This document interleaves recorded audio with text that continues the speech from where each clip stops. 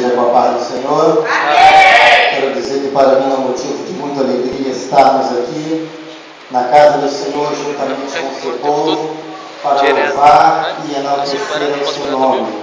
Sem perder tempo, abra sua Bíblia no livro de Marcos, capítulo 10. Estaremos fazendo menção a partir do versículo 46. A epígrafe diz: o cego de Jericó. Livro de Marcos, capítulo 10, versículo 46. O tema desta mensagem será reconhecendo a autoridade de Jesus. Amém? Amém. E estaremos tratando sobre um assunto muito importante. Apesar do homem, deste cego, estar numa condição precária, foi revelado a ele que Jesus Cristo é o Filho de Deus, o Filho de Davi, ou seja, ele, através dos seus lábios, ele demonstrou aquela palavra que Jesus falou. Quando Jesus orando, olhando para o céu, ele dizia: graças te dou, ó Pai, Senhor dos céus e da terra, que ocultaste estas coisas aos sábios e aos pequeninos, e aos entendidos, e as revelaste aos pequeninos. Diz-nos assim a poderosa palavra do Senhor. Depois foram para Jericó. Saindo ele de Jericó com os seus discípulos e grande multidão, Bartimeu, o cego, filho de Timeu, estava sentado à beira do caminho, mendigando. Ouvindo que era Jesus de Nazaré, começou a clamar: Jesus, filho de Davi, tem misericórdia de mim. Muitos o repreendiam para que se calasse, mas ele cada vez mais gritava: Filho de Davi, tem misericórdia de mim. Jesus parou e disse: chamai-o. Chamaram o cego, dizendo-lhe: tem bom ânimo, levanta-te, ele te chama. Lançando de si a capa, levantou-se, deu de um salto e foi ter com Jesus. Perguntou-lhe Jesus: que queres que te faça? O cego lhe respondeu: Rabi, eu quero ver. Disse-lhe Jesus: vai, a tua fé te salvou. Imediatamente ele tornou a ver e seguia a Jesus pelo caminho. Amém? Podemos tomar assentos no nome de Jesus. Queremos agradecer a Deus pelo privilégio, por esta palavra fiel e verdadeira, palavra inerrante, palavra esta que traz a narrativa deste homem. A Bíblia nos revela que Bartimeu estava à beira de um caminho, mendigando, pedindo esmola, porque era cego. Ele tinha uma dificuldade na sua vida, ele não enxergava. Então toda pessoa que tinha uma deficiência, que não poderia trabalhar, que não poderia se locomover-se, ao se tratando de uma pessoa que não andava, ao se tratando de pessoas que não tinham a capacidade própria de ganhar o seu próprio sustento, de ganhar o seu dinheiro, ele se punha na beira do caminho, se colocavam nos degraus das escadarias, dos templos, das igrejas, para pedir esmola, contando com o amor, contando com a caridade daquelas pessoas que poderiam lhe ajudar, contando com o amor daquelas pessoas que poderiam lhe dar uma esmola, lhe ajudar de alguma forma.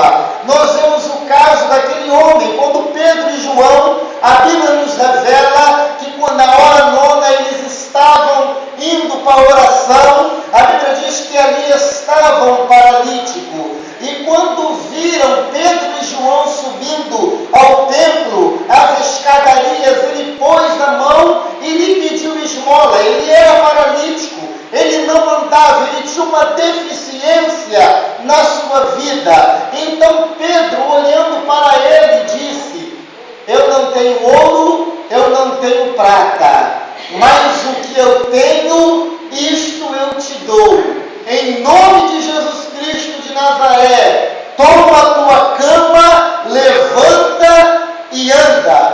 E no caso de Bartimeu, é um fato muito interessante, que quando Bartimeu não enxergava, Bartimeu ouviu a multidão vindo, porque a Bíblia nos revela que Jesus ele andava rodeado de uma tão grande multidão de pessoas. Jesus andava com muita gente, então Bartimeu de longe escutou os tropelos, pastor, os tropelos dos pés das pessoas que vinham caminhando, e perguntou: o que é isto? Alguém diz: é Jesus que está vindo.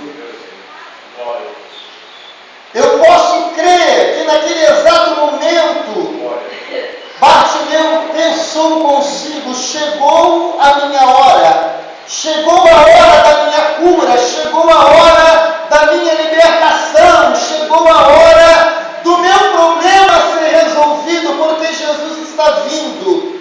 E quando Jesus vinha se aproximando, ele clamou, ele gritou em voz alta, ele disse: Jesus, filho de Davi, tende misericórdia de mim. O que eu quero enfatizar nesta noite é que o cego Bartimeu, ele chamou a atenção de Jesus. Porque Jesus, irmãos, ele era tido na comunidade como um simples profeta, como um homem sábio, como um homem peregrino qualquer. Poucas pessoas reconheciam a autenticidade de Jesus.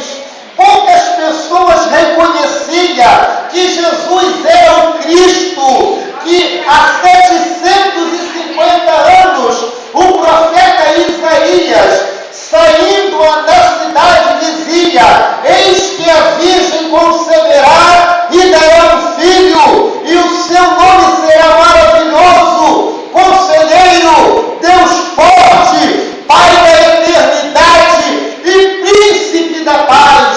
E ele restaurará a Israel, ele restaurará a vida do povo israelita, a todo aquele que ouve esta palavra e crê, a todos quantos recebem, ele vai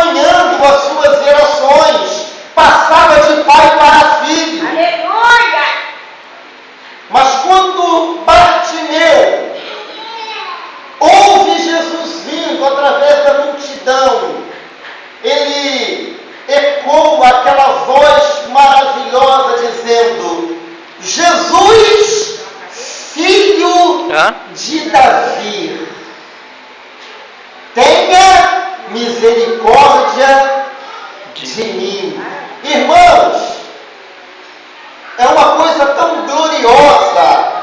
Nós lemos, nós achamos que é uma coisa comum, mas o fato dele reconhecer e abrir a sua boca perante a multidão, perante a todos aqueles que estavam ali, dizendo que Jesus era da linhagem de Davi, vocês não têm noção da proporção e da credibilidade que passou a ter mais o nome de Jesus.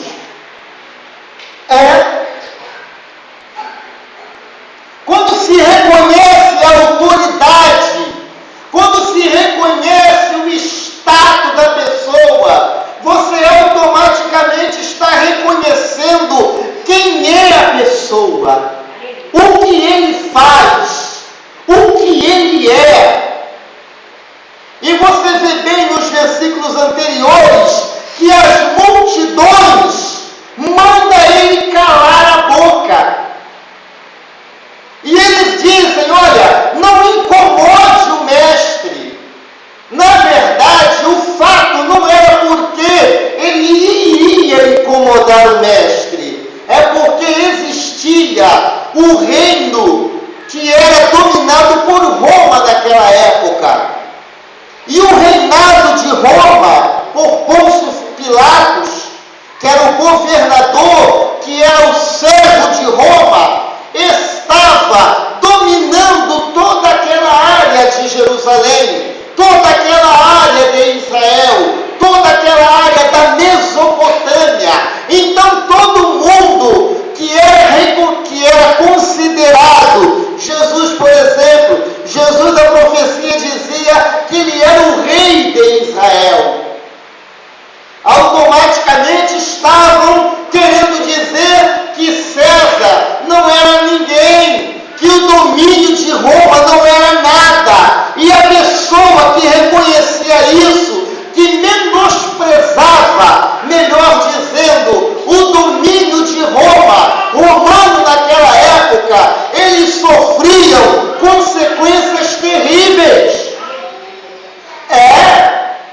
Talvez você não saiba disso, mas porque muitos não andaram com Jesus? Por que muitos não aceitaram as suas palavras? Muitas das vezes não aceitavam porque não acreditavam na palavra de Deus, mas não acreditavam, não davam o braço a torcer. Sabe por quê? Por causa do Império Romano que dominava aquela região. E eles tinham medo de serem castigados, de serem até mesmo apedrejados e mortos, porque o único rei que dominava naquela época era Pôncio Pilatos. Outro rei que se levantaria e fosse aclamado como rei, o povo pagaria o preço, o povo sofreria a consequência. Quer ver um exemplo claro disso? É quando Jesus foi perseguido, preso, e alguém olha para Pedro, aquela menina que trabalhava lá na casa, e diz, olha, esse daqui é um dos tais. O que Pedro faz?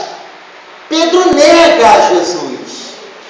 Aí você começa a julgar a Pedro, porque você não conhece a história. Quando você começa a conhecer a história, você passa a entender o porquê Pedro nega a Jesus. Porque Pedro toma aquela atitude errônea de negar a Jesus. Porque as consequências eram terríveis. E Jesus já estava preso. Jesus já estava preso. A sentença de Jesus já estava posta.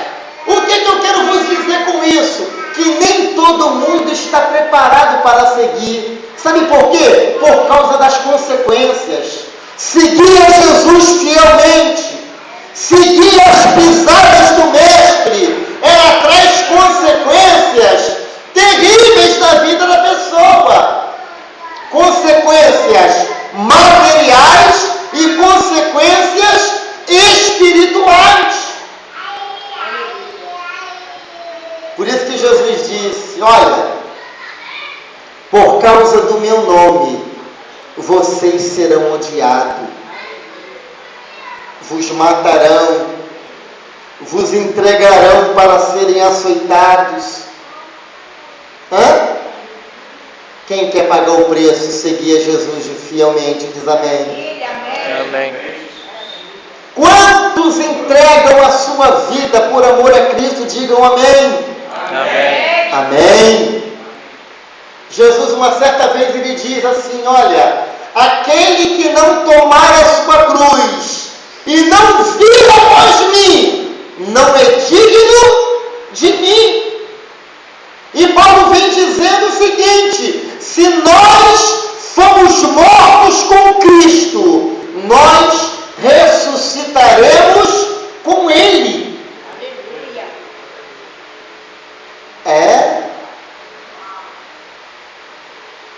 Hoje, irmãos, nós vivemos um evangelho de facilidade, né? Nós pegamos uma Bíblia, colocamos debaixo do nosso braço e vamos para a igreja. Eu sou protestante, eu sou crente. Mas haverá, não vai demorar muito não, uma perseguição. Isso que é profético, tá? Vai haver uma perseguição que só vai se manter na presença de Deus aquele que for fiel a esta palavra. Se você ler a Bíblia de Gênesis a Apocalipse, você vai ver que todos que foram contra o sistema e seguiram a Jesus fielmente padeceram perseguições, afrontas, foram mortos, tiveram seus corpos dilacerados. Isso se chama o quê? Isso se chama fidelidade a Deus. E não parece não, irmãos, mas Bartimeu coloca a sua vida em risco. Bartimeu coloca a sua vida em risco. Porque Bartimeu andava com uma capa. Todo mundo que andava com uma capa automaticamente representava que tinha um problema. O leproso andava com a capa, o cego andava com uma capa. E quando ele grita: Jesus, filho de Davi, automaticamente ele está pregando. Ele está dizendo para a multidão assim: olha, esse daí não é um Jesus comum, não. Esse daí que vocês estão seguindo não é um sábio qualquer, não é um teólogo qualquer, não é um peregrino qualquer. Vocês sabem quem vocês estão seguindo? Vocês estão seguindo Jesus de Nazaré, Jesus da linhagem de Davi. Lembra quando alguém dos discípulos chega para Filipe e diz: Filipe, encontramos o Cristo, o Filho de Deus, o Nazareno. O que Filipe diz? Pode vir alguma coisa boa de Nazaré? Aí você levanta sobre a história de Nazaré, você vai ver as atrocidades que eles faziam com os profetas, que eles faziam com todos aqueles que se tornavam seus inimigos. Jesus veio de lá. Jesus ele veio quebrando qualquer tipo de protocolo, irmão. Mas agora ele recebeu o nome que está acima de todo nome. Aleluia! É por ele que nós temos direito direito à vida eterna. É por ele que nós temos o direito da cura, tanto a cura material, física, quanto a cura espiritual, a cura da alma. E quando Bartimeu diz: Jesus, filho